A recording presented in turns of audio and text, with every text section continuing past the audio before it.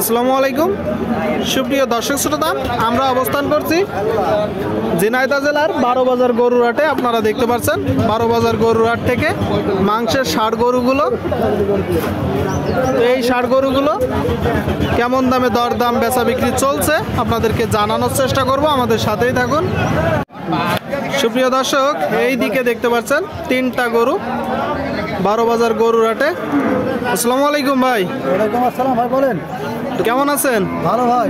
কি অবস্থা বাজারের? বাজার বেশি একটা ভালো না খারাপ না ভাই, মিডিয়াম চলছে। মিডিয়াম চলতেছে? আপনাদের কাছে মিডিয়াম চলতেছে মানে বাজার ভালো? বাজার ভালো ভাই। আচ্ছা, গরু কয়টা? 3টা। এই 3টা? হ্যাঁ 3টা গরু দর্শক, জাতে কি? এ সিন্ধি বলে। সিন্ধি জাতের 3টা গরু আপনারা দেখতে পাচ্ছেন 12 বাজার গরুর হাটে। কয় দাঁত করে? 5 দাঁত করে। 3টায় 4 দাঁত করে, তাহলে তো মাংসে যাবে। হ্যাঁ মাংসের গরু দর্শক, 3টায় 4 দাঁত করে। আচ্ছা, এই যে প্রথম গরুটা ভাই, হ্যাঁ ভাই, এখন কতটুকু গোস্ত আছে? 5 মণ আছে বলতেছে দর্শক। 5 মণ। দ্বিতীয়টা? 5.5 মণ ভাই। 5.5 মণ দর্শক, বড় গরু আপনারা দেখতে পাচ্ছেন। আর শেষটা 6 মণ দর্শক। 3টা গরুর টোটাল বডি স্ট্রাকচার আপনারা দেখুন। ঝিনাইদহ জেলা 12 বাজার গরুর হাটে। আসলে যারা বিক্রি করবে তারা বলবে যে গোস্ত বেশি, কিন্তু এত গোস্ত হবে না। আপনারা একটু নিজেরা দেখে গোস্ত টাকটা সঠিক করে গরু ক্রয় করবেন, না হলে মাংসের গরুতে ধরা খাবেন দর্শক। আচ্ছা ভাই, এদিকে আসেন।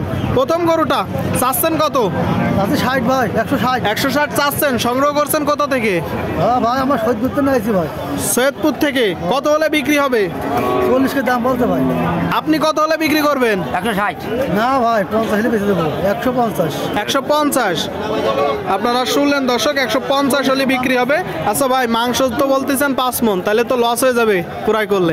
বাজারে তো এরকম কষ্ট না ভাই। বাজার তারতম্য আছে, তাই তো? মাঝেরটা চাচ্ছেন কত?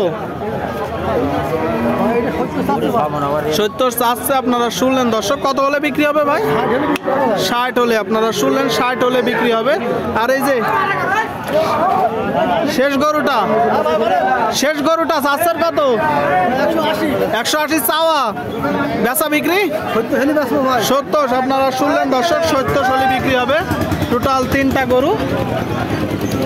আচ্ছা ভাই, আপনি এই যে 3টা গরু যে মাংসের হিসাব দিলেন, সেই হিসেবে দাম একটু বেশি চাচ্ছেন। দাম বেশি হলেও আমার কিনা বেশি ভাই। আমার খরচ করে লাভ আসছে না ভাই। খরচ করে লাভ হচ্ছে না। আপনি তো আর খাওয়াননি ভাই, খাওয়াইছে তো গৃহস্থ, বসি দাম বেশি দিয়ে খাওয়াইছে, কিন্তু আপনি তো কিনে নেবে সেভাবে ভাই। আমার চালা হচ্ছে না। জি ভাই, আমার চালা হচ্ছে না ভাই। যে দামে কিনেছি সেটা বলছে না ভাই। তো ঠিক আছে ভাই, তো বেচা বিক্রি করেন। ঠিক আছে। আপনারা দেখলেন দর্শক, 3টা গরু দরদাম জানালাম, মাংসের গরু। সুপ্রিয় দর্শক, এই দিকে দেখতে পাচ্ছেন একটা কুরাত জাতের গরু। গরুটার টোটাল স্ট্রাকচার আপনারা দেখুন। ভাই কেমন আছেন?